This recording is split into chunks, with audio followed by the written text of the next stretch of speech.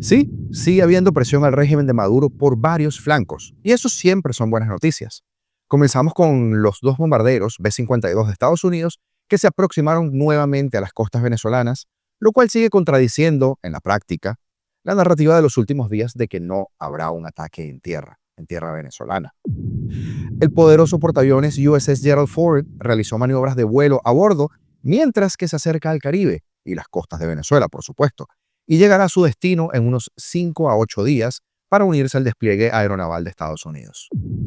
La justicia argentina ratifica órdenes de captura internacional contra los terroristas venezolanos, Nicolás Maduro, bueno, venezolano, usted sabe, Diosdado Cabello, y también se suman órdenes de captura contra al menos 14 militares pertenecientes al Cártel de los Soles. Y Venezuela recibe más ayuda militar rusa en medio de estas tensiones con Washington.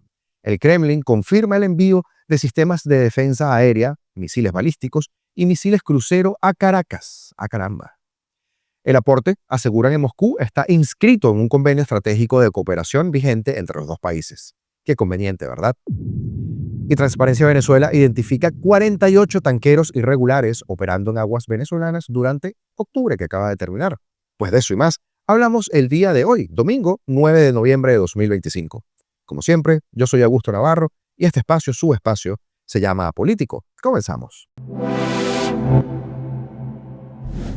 Hace un par de días, dos bombarderos estratégicos B-52H Stratofortress de la Fuerza Aérea de los Estados Unidos, identificados como Tito 41 y Tito 42, realizaron un vuelo dentro de la región de información de vuelo Maiquetía, la FIR, alcanzando una distancia de apenas 70 kilómetros de la costa venezolana. Un acercamiento inusual, medido al milímetro y que en la práctica representa una nueva maniobra de presión militar en el Caribe. El dato, por supuesto, no lo podemos tomar como algo aislado. Forma parte de esa serie de operaciones aéreas que se han intensificado en las últimas semanas y que contradicen, de alguna manera, la versión o la narrativa oficial de que no habrá un ataque en territorio venezolano.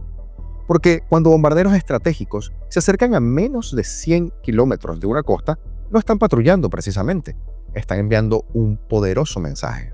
El 27 de octubre, también otros dos bombarderos supersónicos, B-1B Lancer, el Jugan 11 y Jugan 13, recorrieron el litoral desde el estado Falcón hasta la isla de Margarita, pasando frente a la Orchila y la Tortuga, con un punto de máxima cercanía de 35 kilómetros frente a Chichiliviche.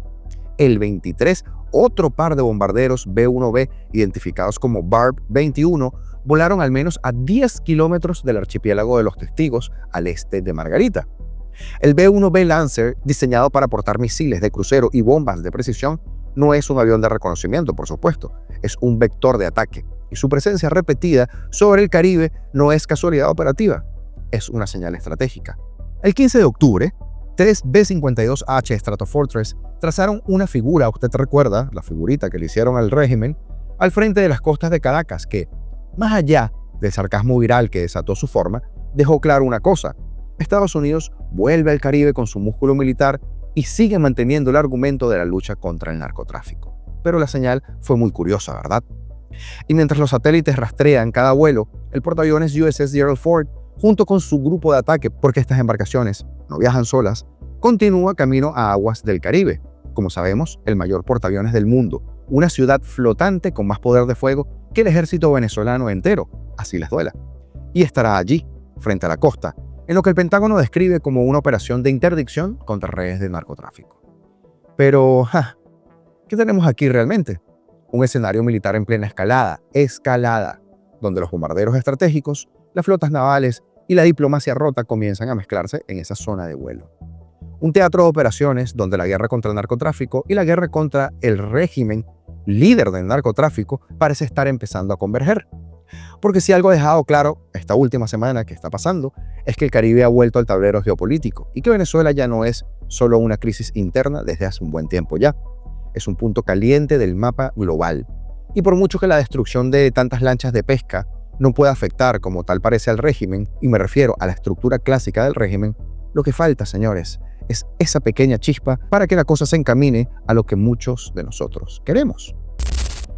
Pero mientras tanto, el portaaviones nuclear Gerald Ford, este mayor portaaviones del mundo, el más moderno de la flota estadounidense, pasó ya por el estrecho de Gibraltar, al sur de España, rumbo al Caribe, según los anuncios hechos por el gobierno de Trump para redoblar ese despliegue militar de Washington en el Caribe.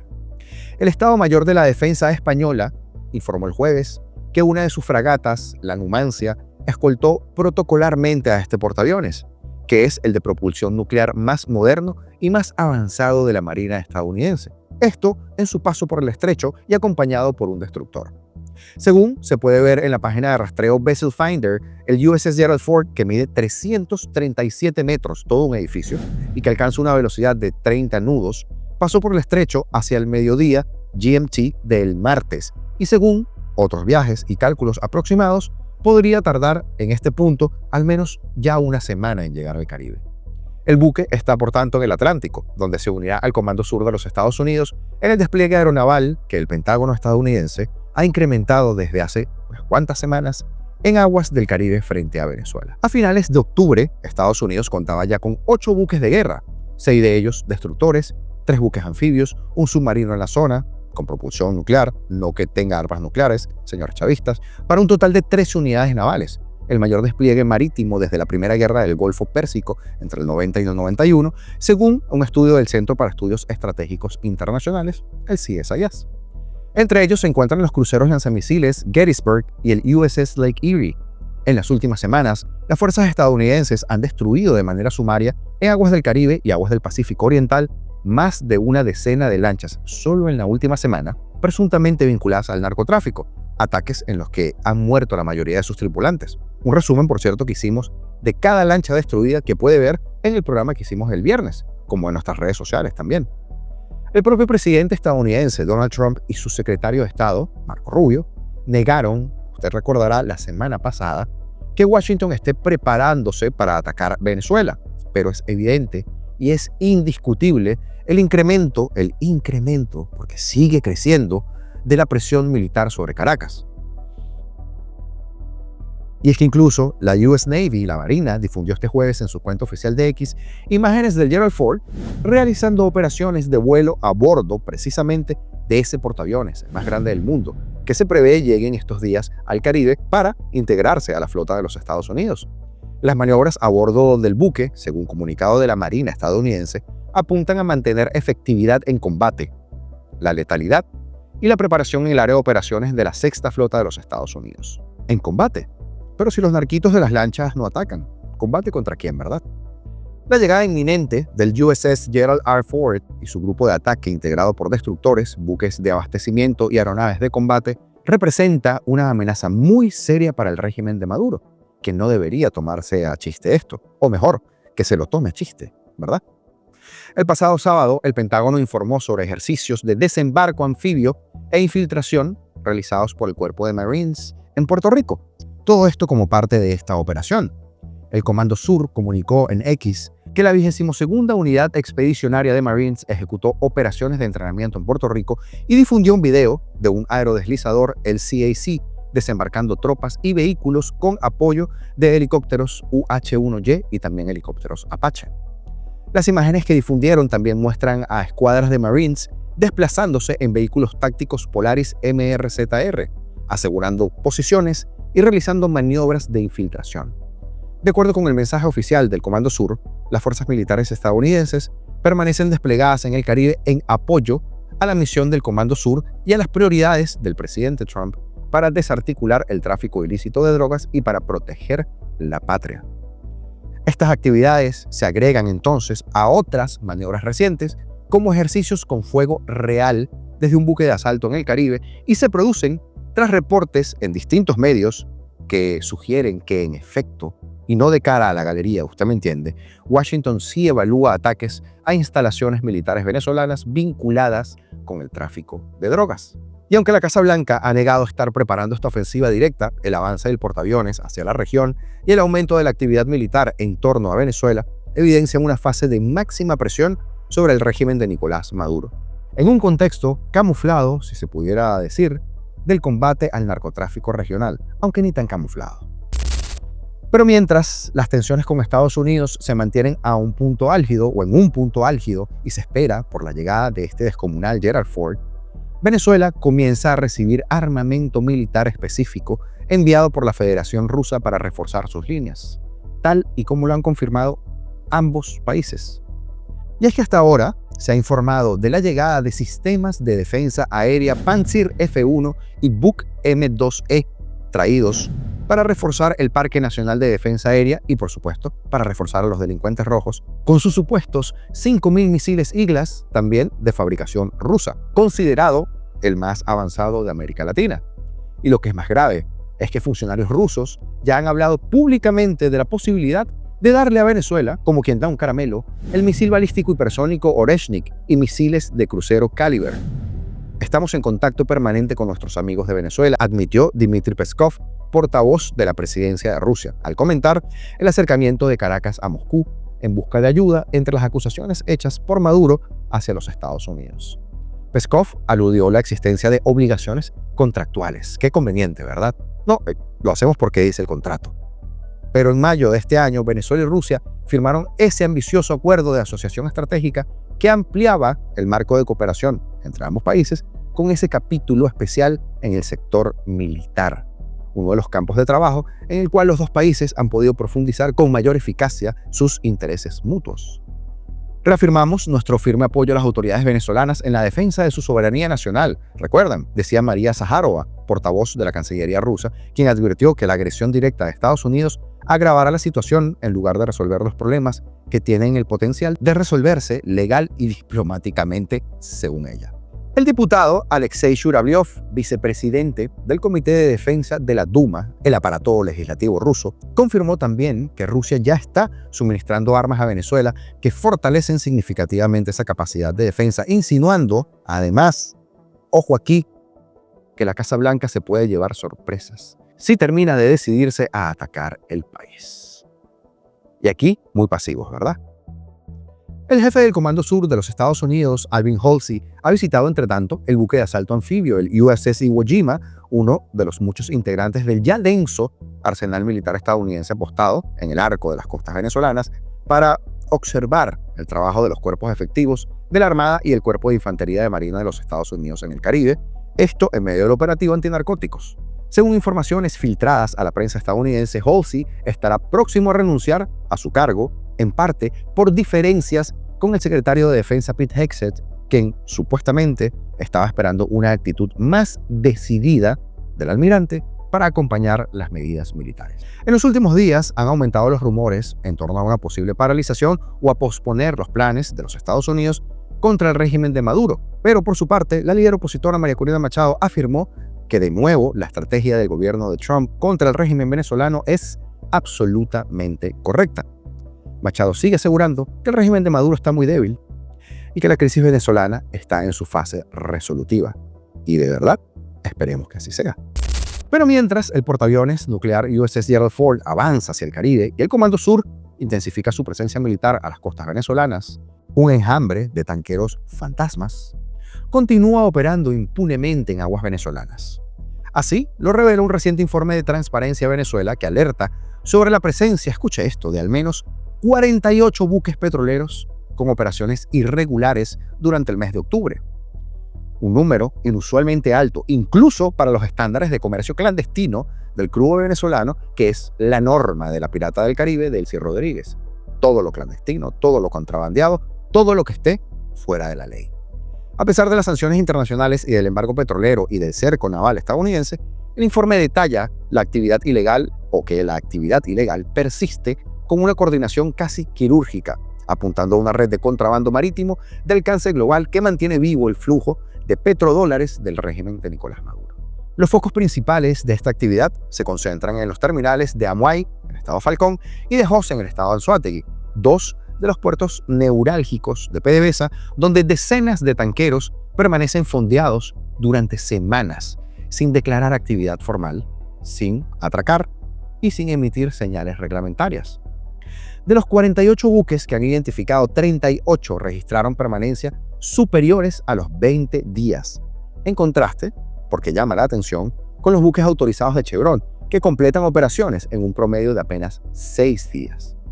La diferencia, obviamente, sugiere un patrón inequívoco de maniobras ilícitas, incluyendo trasiegos clandestinos de petróleo barco a barco, STS como se conocen, ship to ship, una táctica habitual para burlar el rastreo satelital y las sanciones de la OFAC, Entre los casos más inquietantes, Transparencia Venezuela cita los tanqueros Fénix 6 y Apus, ambos sancionados internacionalmente. El Apus, un supertanquero con historial de sanciones por parte de la Oficina de Control de Activos Extranjeros de la OFAC de Estados Unidos, pero también de la OFSI británica, fue detectado navegando en bucle entre Amuay y José sin atracar ni descargar. Sus movimientos coinciden con zonas conocidas por trasbordos ilegales como la isleta de Píritu, adentro de una especie de triángulo gris marítimo donde el tráfico clandestino ha proliferado bajo la sombra de los terroristas de Estado venezolanos, con Delcy al mando. El informe agrega que 15 de los 71 buques petroleros extranjeros que operaron en terminales de PDVSA durante octubre están sancionados y 9 pertenecen a flotas oscuras, es decir, registrados bajo empresas pantalla o sin un país de bandera claramente definido, un buque pirata. Aún más preocupante, 24 embarcaciones fueron detectadas con sus sistemas de identificación automática, los AIS, apagados, un modo furtivo que los hace, entre comillas, invisible a los radares convencionales. El 31 de octubre se registró el pico de mayor concentración de barcos fantasmas en aguas venezolanas, con más de 20 operando simultáneamente fuera de los canales legales. El monitoreo satelital también detectó 6 operaciones ship-to-ship confirmadas en octubre, principalmente frente a las costas de Caquetíos, cerca de la bahía de Amuay, el triple de las que se registraron el mes anterior.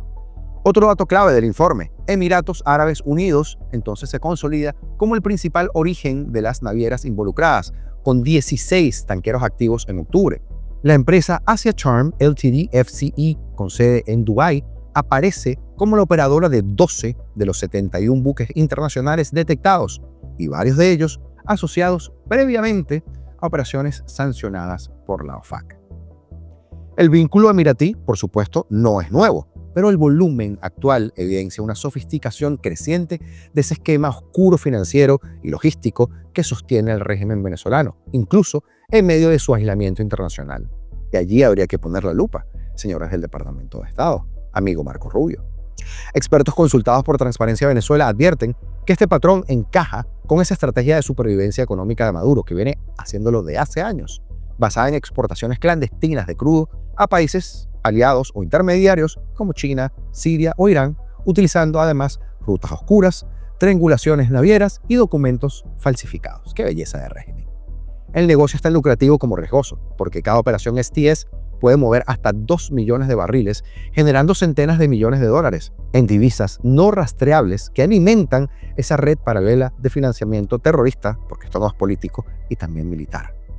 Mientras tanto, Washington parece solo observar.